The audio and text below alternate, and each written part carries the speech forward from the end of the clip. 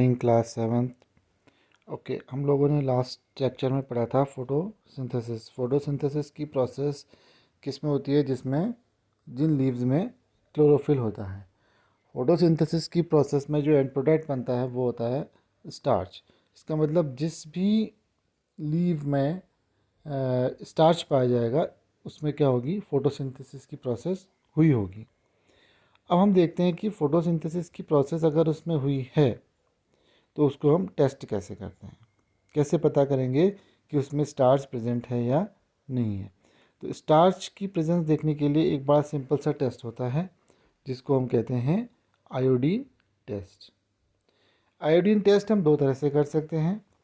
एक, हरे भरे पौधे को हम 3-4 दिन के लिए कहाँ रख सकते हैं? सनलाइट से हटा के डार्क में रख सकते हैं। डार्क में रखने पर क्या होगा?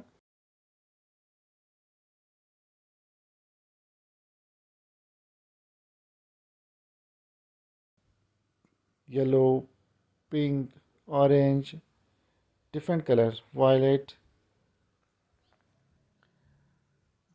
ठीक है। तो इस तरह से हम इसको टेस्ट को करने के लिए, तो इसका मतलब मेन चीज़ क्या है कि इस टेस्ट को परफॉर्म करने के लिए लीफ में जो हमारे क्लोरोफिल प्रेजेंट है उस क्लोरोफिल को हटाना है।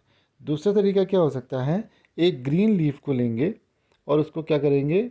बॉईल करेंगे इन अल्कोहल। अल्कोहल में क्या करेंगे? बॉईल करेंगे। अल्कोहल में बॉईल करने से लीफ का क्लोरोफिल क्या हो जाता है? उसमें डिज़ोल्व हो जाता है। इसका मतलब अब लीफ में क्या नहीं है? क्लोरोफिल नहीं है। इसके बाद हम क्या करेंगे? जो हमारा लीफ है उसके ऊपर आयोडीन की ड्रॉप्स डालेंगे। जब हम उसमें आयोडीन ड्रॉप्स डालेंगे तो आयोडीन ड्रॉप का कलर क्या हो जाएगा? Blue black. Blue black, violet colour का होता है आयोडीन वैसे, तो ये कलर हो जाएगा ब्लू ब्लैक। तो ब्लू ब्लैक कलर होना ये प्रेजेंट ये दिखाता है कि हमारे, तो इसका मतलब क्या? ब्लू ब्लैक ये दिखाता है कि इसमें स्टार्च प्रेजेंट है। इसी तरह से जिस भी ग्रीन लीफ, जो भी हमको ग्रीन लीव्स मिलती हैं उसमें क्या होता है? स्टार्च प्रेजेंट होता है। स्टार्च प्रेजेंट होता है क्यों? क्योंकि वो फोटोसिंथेसिस की प्रोसेस करती हैं। इसके अलावा हम लोग देखते हैं बहुत सारे ग्रीन पैचेस पॉन्ड्स में। अगर कहीं तालाब है या नदियाँ है उसके ऊपर हम देखते हैं हरे हरे कलर का एक लेयर लगी हुई है।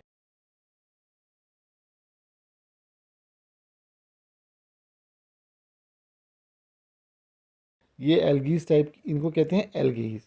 एल्गी क्या होते हैं? एक तरह से काई होती है। काई हम लोग देखते हैं हरे कलर की, जैसे कुछ इसकी फ़ोटोज़ देखते हैं।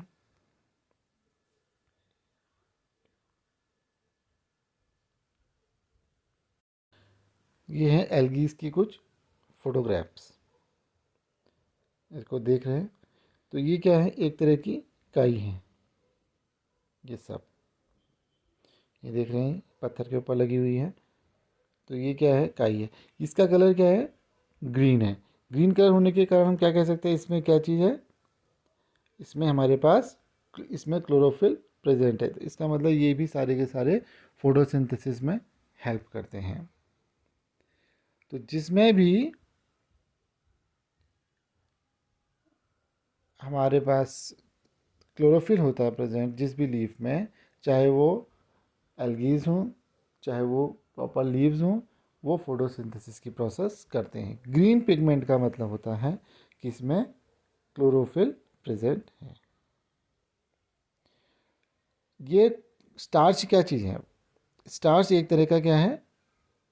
कार्बोहाइड्रेट है। कार्बोहाइड्रेट्स में क्या होता है प्रेजेंट? कार्बोहाइड्रेट, अगर हम इस वर्ड को ध्यान से सुनेंगे तो इसमें लिखा है carbo means carbon and hydrates, hydrate, hydra, hydration, इससे वर्ड साउंड होता है एक तरह का वाटर।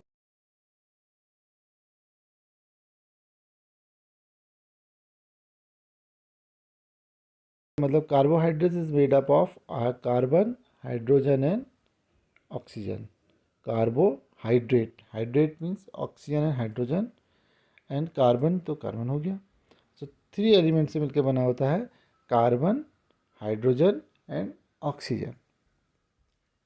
ठीक है, जब हमने लास्ट में क्लास की थी तब हमने कार्बोहाइड्रेट्स के बारे में भी थोड़ा सा देखा था, जिसका हमने फार्मूला लिखा था C6H12 C6H12O6। तो फोटोसिंथेसिस की प्रोसेस में एक तो ये बनता है प्लस ऑक्सीजन। ठीक है, so recall that nitrogen is present in abundance in the air. How plant can absorb nitrogen from soil? Soil has certain bacteria that convert gaseous nitrogen into usable form and release them into the soil. These are absorbed by the plant along with water. Also, you might have seen farmers adding fertilizers rich in nitrogen to the soil. In this way, plants fulfill their requirement of nitrogen along with other constituents. Plants can then synthesize proteins and vitamins. तो अभी की जो process थी जो अभी तक हमने देखी उसमें हमारे पास प्रोटीन्स और विटामिन्स नहीं बन रहे थे। प्रोटीन्स और विटामिन्स बनाने के लिए एक और इम्पॉर्टेंट सब्सटेंस जो प्लांट्स को ज़रूरी है वो है नाइट्रोजन। नाइट्रोजन हमारे एनवायरनमेंट में हमको मालूम है कि बहुत ज़्यादा है, करीब 70% की नाइट्रोजन है, but this nitrogen can not be directly absorb by the plant. तो नाइट्रोजन को एब्जॉर्ब करने के लिए नाइट्रोजन क्या होना चाहिए, डिज़ोल्व होना चाहिए। नाइट्रोजन को, इन्वायरमेंटल नाइट्रोजन को यूज़ करने के लिए कुछ बैक्टीरियाज होते हैं जो खास करके leguminous plant,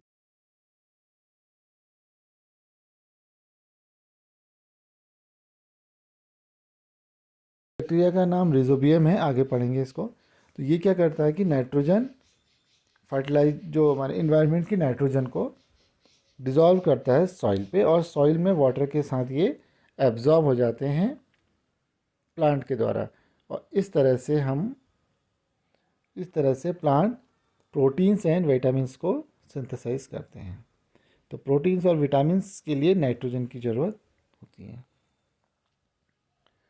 other mode of nutrition in plants, अब सारे प्लांट्स तो ग्रीन नहीं होते हैं, कुछ प्लांट्स कैसे होते हैं जो जिनमें क्लोरोफिल्स नहीं होते। प्लांट्स के अलावा ह्यूमंस एंड एनिमल्स भी अपने अपने फूड को खुद नहीं बना सकते हैं। तो इस तरह के प्लांट्स, एनिमल्स, ह्यूमंस को कहा जाता है हेटरोट्रोफिक, जो डिपेंड होते हैं दूसरों के ऊपर।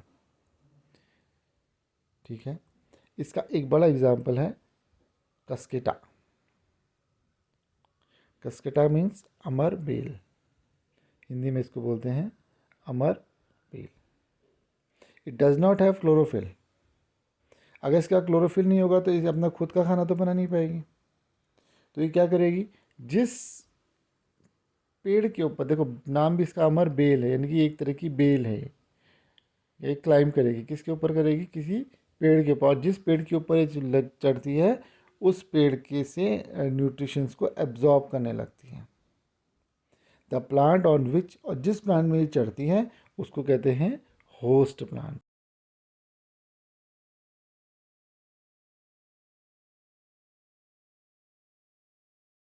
valuable nutrients, cuscuta is called a parasite. इसको क्या कहते हैं, एक तरह का पैरासाइट है। We are and other animals also a kind of parasite. क्या हम भी एक तरह के पैरासाइट्स ही हैं?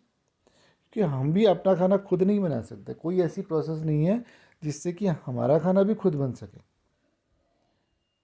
हम किस पर डिपेंड करते हैं, प्लांट्स पे डिपेंड कर, हम भी प्लांट्स पे डिपेंड करते हैं अपने खाने के लिए। तो इसलिए हम भी क्या है, एक तरह से हम भी क्या है, हम तो वैसे भी ऑटोट्रॉफ्स हैं। ठीक है, अब पैरासाइट नहीं भी कहेंगे अपने को, लेकिन हम हैं क्या, एक तरह के ऑटोट्रॉफ्स। हम भी पेड़ द्वारा बना बनाया खाना भी खाते हैं, जिस तरह से कस्केटा करता है। अमरबेल वो क्या है, देखो अमरबेल का पेड़ है, ये जो येलोइश कलर का जो दिख रहा है ये अमरबेल है, और जो ग्रीन कलर का प्लांट है ये अपना फूड बनाता है फोटोसिंथेसिस से। अमरबेल इसके बनाए हुए फूड को एब्जॉर्ब कर लेता है। तो ये किस पर डिपेंड कर रहा है अमरवेल? इस प्लांट पे डिपेंड कर रहा है। Have you seen a heard of plants that can eat animals?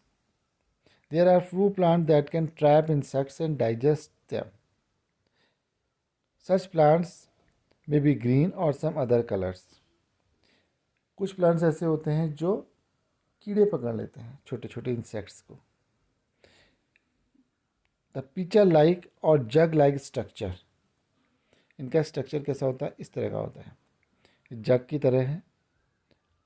ठीक है, इन इस तरह के प्लांट्स को हम कहते हैं इंसेक्टोवोरस प्लांट्स। इंसेक्ट से बना हुआ है।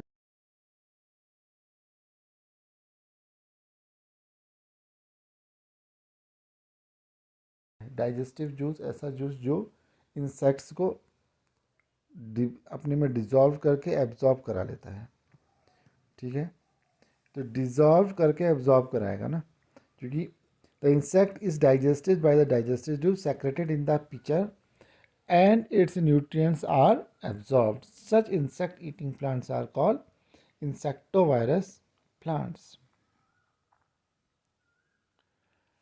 इस तरह का इसमें लेड होता है।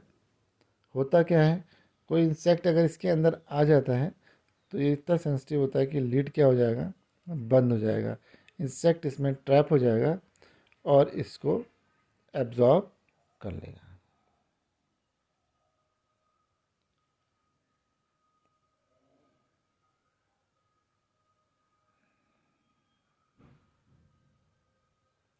आज के लिए इतना ही। अब आगे हम नेक्स्ट क्लास में पढ़ेंगे।